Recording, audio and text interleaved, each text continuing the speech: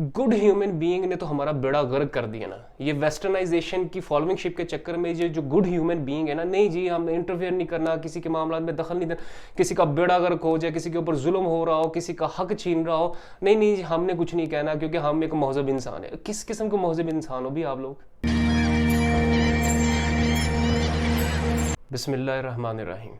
अस्सलाम वालेकुम, मैं हूं शहजाद अहमद और आप देख रहे हैं मेरा चैनल हूं एम आई। मेरी वीडियोस को लाइक और सब्सक्राइब ज़रूर करें, शुक्रिया। तो चले जी आज के टॉपिक पे बात करते हैं। जो आज का टॉपिक मैं लेके आया हूं वो है जी इस्लाम और माइनॉरिटीज़, यानी कि इस्लाम और अक़लीतें। जब इस्लाम गालिब था तो उसने जो गैर मुसलमान थे उनको क्या राइट्स दिए और दूसरे मज़ाहिब ने क्या दिए, उसके ऊपर हम बात करेंगे। तो सबसे पहले हम बात करते हैं जी जुदाइज़म की। जब 2nd सेंचुरी में पूरे रोमन एम्पायर में क्रिश्चियनिटी फैल गई तो उस वक़्त वहाँ का एक एम्परर था और उसका नाम था डायोक्लिशियन। उसने अपने आप को एक मिशन दिया। उसने कहा मैं कैसे पूरे रोमन एम्पायर को क्रिश्चियनिटी से पाक कर सकता हूँ।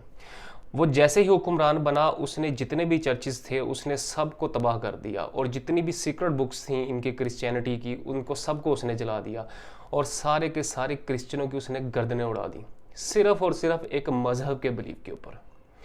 फिर उसके बाद ग्रेट परसिक्यूशन हुआ। जो बैजेंटाइन एम्पायर के जो ऑर्थोडॉक्स रूलर थे, जो एम्परर थे, उन्होंने डेली बेस के ऊपर जो यहूदी थे उनको टॉर्चर करना शुरू कर दिया, उनकी गर्दनें उड़ाना शुरू कर दी, इसलिए क्योंकि वो क्रिश्चियन नहीं थे। और उन्होंने उनके ऊपर ये शर्त आयद की अगर वो क्रिश्चियनिटी में कन्वर्ट हो जाएंगे तो उनको छोड़ दिया जाएगा, वरना उनकी गर्दनें उड़ा दी जाएंगी। तो उन्होंने सेम ऐसा ही किया। तो अब हम बात करते हैं जी इस्लाम की। आप सल्लल्लाहु अलैहि वसल्लम जैसे मदीना आए तो आप सल्लल्लाहु अलैहि वसल्लम ने टॉलरेंस की सबसे बड़ी एग्जाम्पल थी और वो थी कॉन्स्टिट्यूशन ऑफ मदीना लिख के।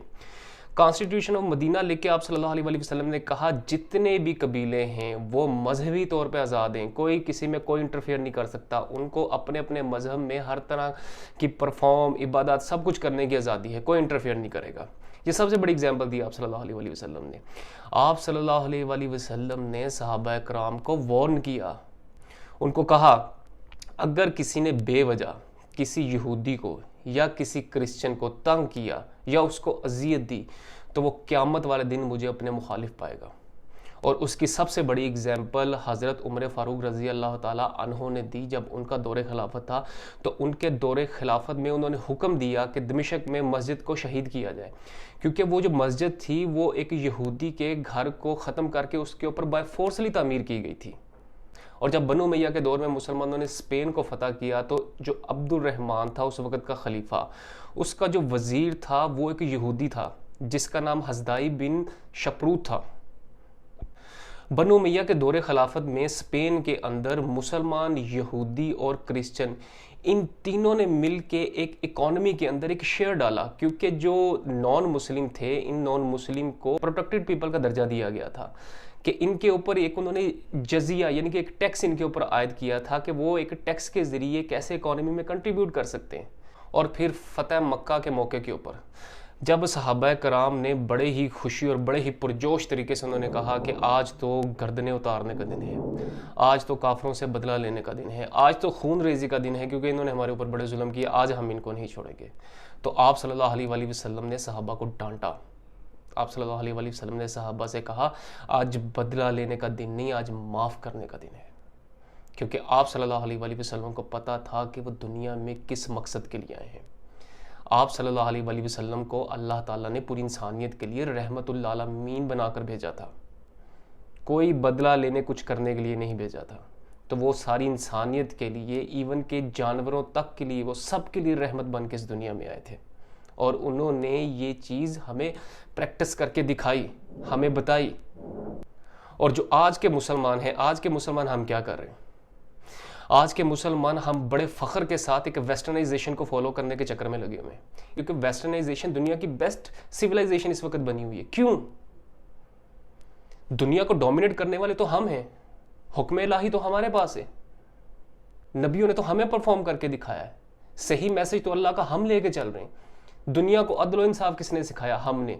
दुनिया को इंसाफ किसने सिखाया? हमने। दुनिया को रहम करना किसने सिखाया? हमने। दुनिया को इंसानियत किसने सिखाई? हमने। साइंटिफिक इजादात किसने की? हमने। सिविलाइजेशन किसने दुनिया को बताई? हमने। जुल्म के खिलाफ कौन लड़ा? हम। हमारी इतनी रिच हिस्ट्री है कि हम अपनी हिस्ट्री को देखना ही नहीं चाहते। کیا ہمیں اتنی شرمندگی ہے اپنے مسلمان ہونے پہ؟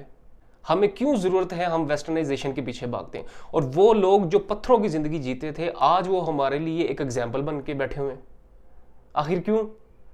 فیمینزم کے نام پہ موومنٹس نکل رہی ہیں، عورتیں کہہ رہی جی ہمیں لبرٹی چاہیے۔ اب عورتوں کو کون بتائے گا کہ عورتوں کو لبرٹی دی کس نے؟ عورتوں کے درجات بلند کس نے کیے؟ وہ اللہ نے کیے۔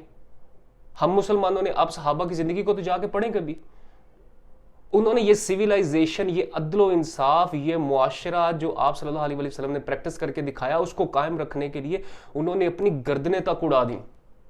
وہ شہید ہوئے، اپنے بیوی بچے اولاد، اپنے خون کو انہوں نے شہید کیا۔